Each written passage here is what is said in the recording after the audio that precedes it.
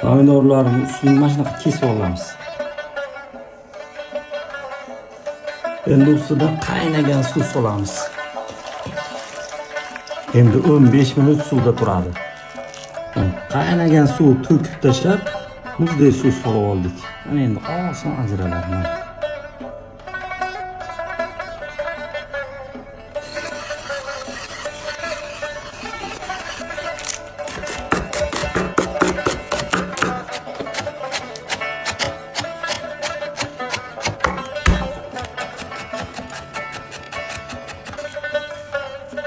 Bir litr tomatli sok quyib yuboramiz.